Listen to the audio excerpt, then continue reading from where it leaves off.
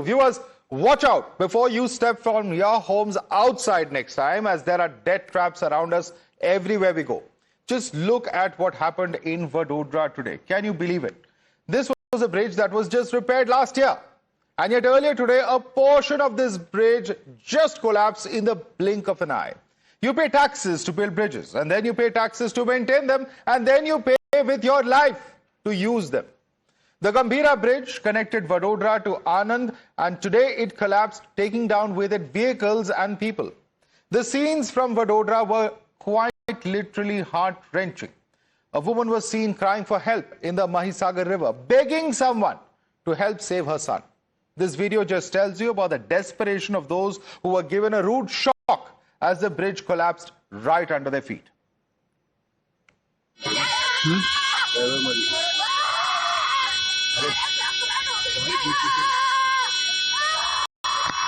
માછી આવે છે આવે આવે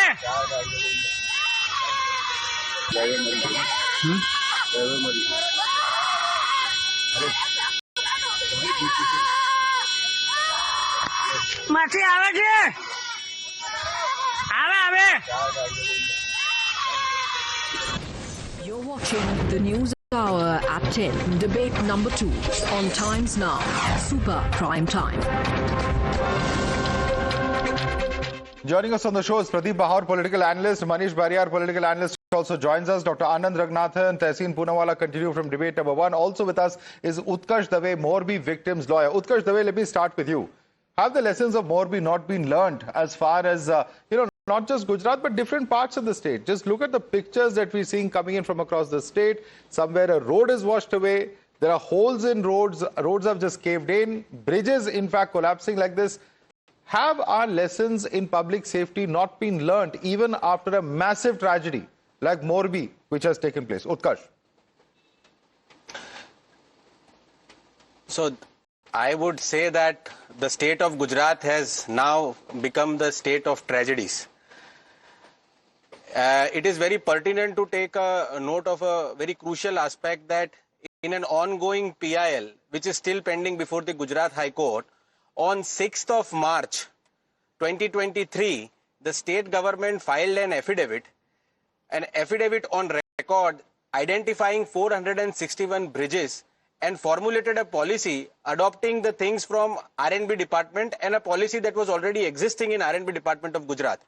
Now, this policy, in short, was a very good policy to be implemented for roads and bridges, in which the state of Gujarat highlighted it very clearly through an officer concerned that the bridges in Gujarat would be inspected twice a year, pre-monsoon and post-monsoon.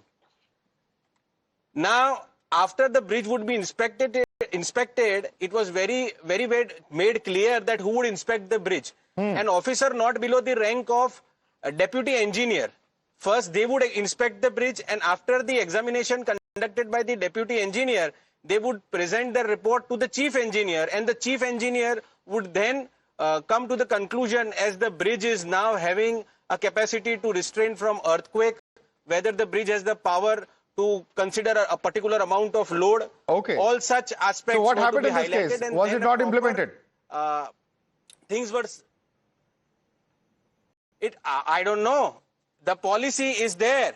But if the bridge was to be examined, if the bridge have been examined, then why did this tragedy happen? There was a repair that happened. All right, let me bring in Pradeep on that note. Pradeep, how respond to that? If there is such a policy, if there are court orders in place, why was that not implemented in the case of this bridge? Because we are also told that there was some repair work carried out just last year on this bridge.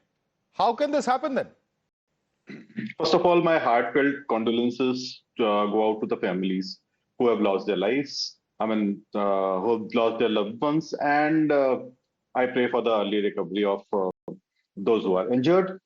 So, as far as the procedures are concerned, last year itself, repair was going on, as well as there was a stability test and load testing test was already done on this bridge. So, it's a unfortunate incident that has happened. Definitely, it hits deep to the heart. You are saying the test did not reveal any anomalies. The test said everything was okay.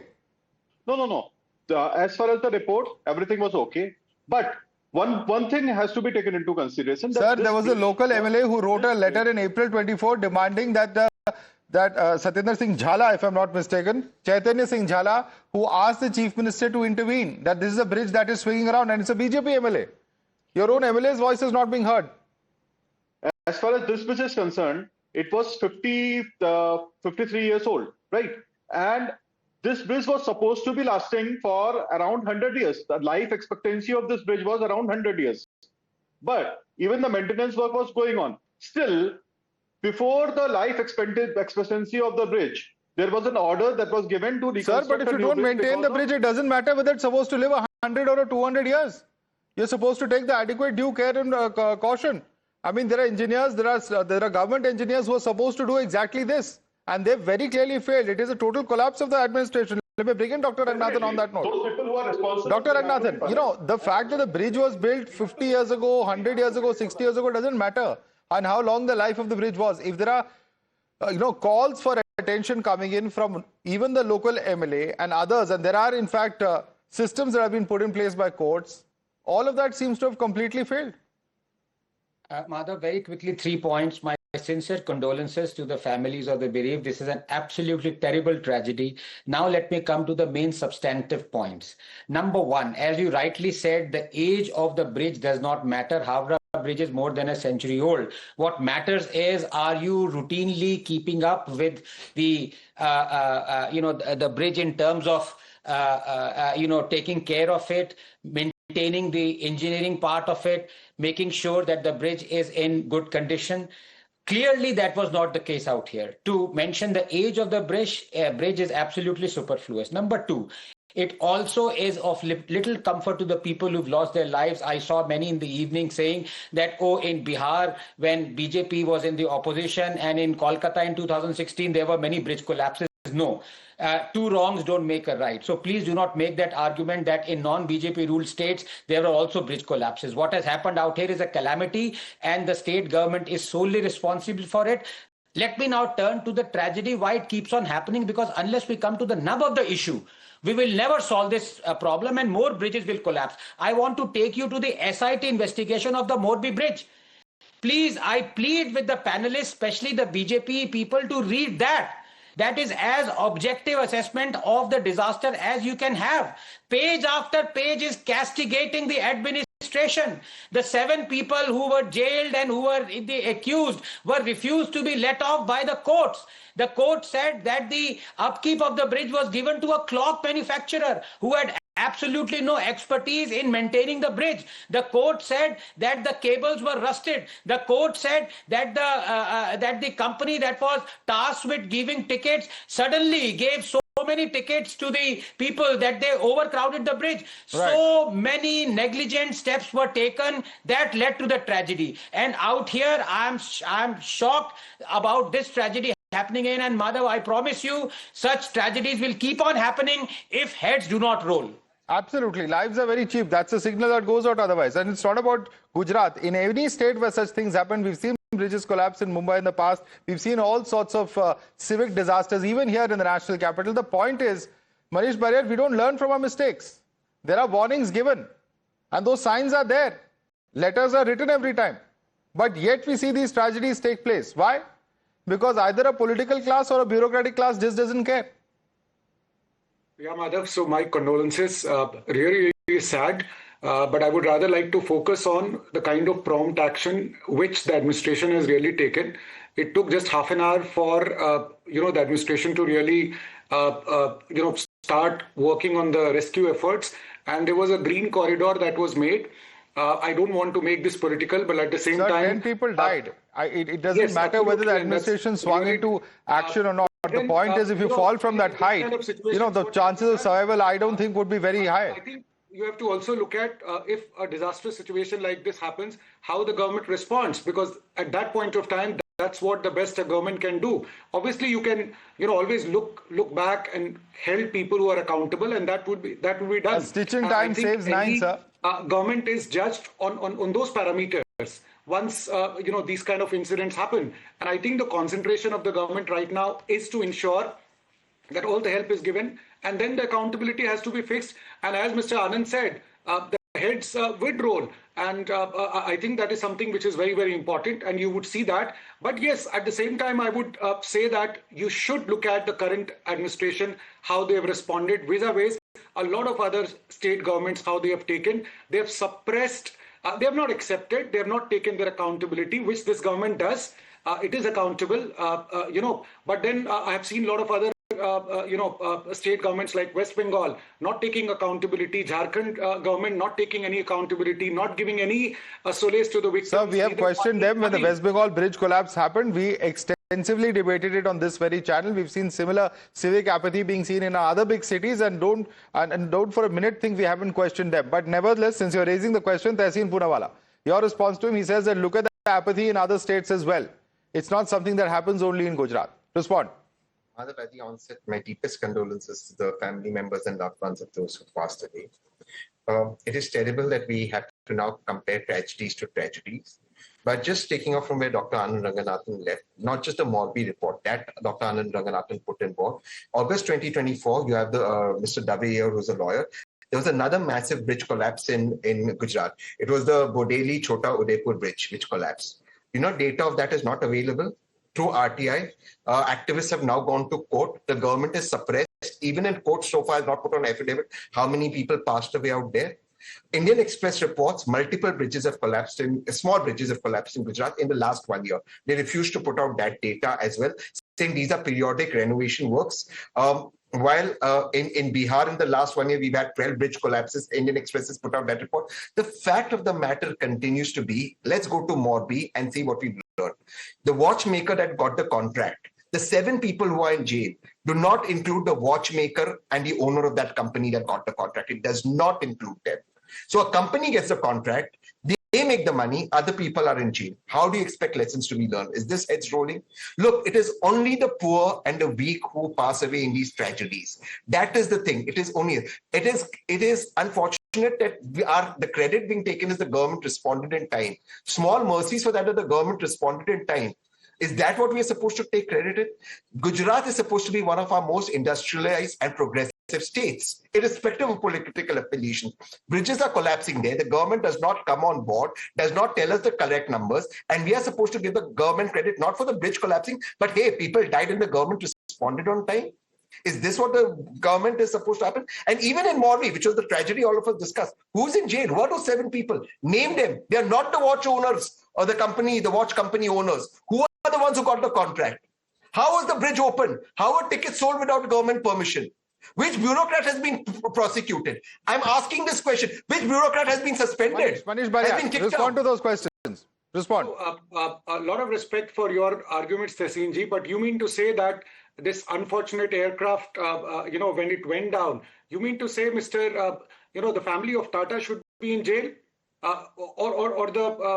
So I think that argument is a bit very harsh and ludicrous for that matter. Accountability has been said. People who are, and it's support that has sent people to jail, isn't it? So I think people who are responsible, whether it is owner or the employees, and in this case, the engineers, the accountability has to be fixed to the right kind of people. A blanket punishment for people all across. And I'm not trying to defend the political class or even the owners, but I think, you will have to also have a trust in the process of judiciary as well as the administration to really ensure that the accountability. May I respond to that? And my point was, I was not trying to compare two tragedies. Quick response. We're almost out of time. Tehseen, quickly. 20 seconds response. Tata's run a professional aviation company, and yes, if they are responsible, the CEO of that company should be in jail. In this case, a watchmaking company, as the Honorable High Court said, which had no experience in making bridges, not just constructed a bridge. Right, let's leave it there. He's talking about it in the context of Morbi, but nevertheless, there are some very, very chilling examples that are there before us. All right, Manish Bharia, respond to that. Respond to the point that he's saying. He's saying that yes, if there are acts and there are lapses, all right, Pradeep, you want to respond to that? If there are lapses, then why should those responsible, whether it's the company which is responsible for the engineering, not be held accountable? So you are asking who are in jail. So Jaiswal Patel, he's in jail. He's the owner of the company. I don't think that Some of the bureaucrats are also in jail. 7, 8 people are there in jail. Whenever such kind of incidents happen, our responsibility is to take care so that the proper punishment is given. We do not say that there was no error. Error was there. Definitely, it is the error. Responsibilities have to be taken. We have to take the corrective measures. But in case such kind of incidents have happened, we should not be politicizing this, or rather comparing it with state to state. So what we are doing is we are building up conspiracy theories nowadays, like this has not happened in the last incident, and this. So definitely the care has to be taken. But let's at this moment, when such a harsh, such a incident has happened, we should be rather taking care of the people. Then wait for Utkarsh the Dave, respond to that. Has justice been done when it comes to Morbi? In fact, who is behind bars? You've been a victim's lawyer in this particular case. How do you respond to what Pradeep and what Manish have been saying? To be very frank, we've been representing 112 victims out of 135 that passed away in Morbi Bridge tragedy. And I say it very openly through your news channel that no victim has been ever satisfied by the investigation which was done by the state police. Victims have selfly approached Supreme Court for saying that please transfer this investigation to CBI. We are seeking reinvestigation. Okay. Supreme Court has issued notice and is kept the matter for final hearing on 17th. All right. We'll have to see what the court finally decides on this matter. Utkarsh Dave, Tehseen Poonawala, Dr. Raghunathan, Manish Bariyar, Pradeep Mahar. Every time such tragedies take place, we think that we are going to improve as a system, we are going to take notice, but unfortunately the insensitivity only continues, the callousness only continues. And it's not about Gujarat, it's about all parts of the country where these tragedies happen. Seriously, politicians, netas, engineers all need to wake up. The babus need to wake up and smell the coffee, because India's not, and Indians are not going to accept this as the standard of living, and as though they were just traveling, just like any family would, or any citizen would going to work, traveling across the bridge. You expect to lose your life doing that? That's what actually happened in this case. Thanks so much for joining us this evening.